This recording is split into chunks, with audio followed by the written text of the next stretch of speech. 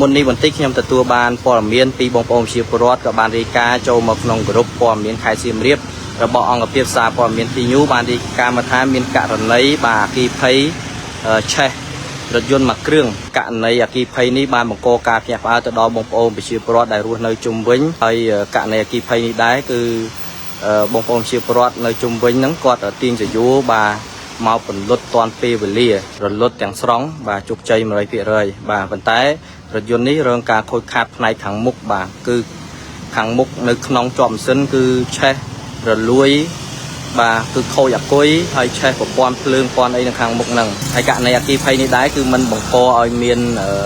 មនុស្សរងរបួសទេខ្ញុំក៏បានសួរម្ចាស់រថយន្តបាទគាត់បើកសុកមកដល់ត្រង់ចំណុចកន្លែងនេះគឺស្រាប់តែឆេះបាទវាចេញផ្សែងណាបាទហើយតាមមើលសភាពហើយសួរគាត់ថាប្រហែលជាមកពីឆ្លងចរន្តអគ្គិសនីអគ្គីភ័យឆេះរថយន្តនេះបាទគឺស្ថិតនៅលើផ្លូវបេតុងមួយខ្សែបាទស្ថិតនៅក្នុង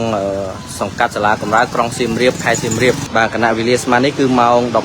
11:51 នាទីរសៀលថ្ងៃត្រង់ត្រូវនៅថ្ងៃទី 9 ខែឧសភាឆ្នាំ 2025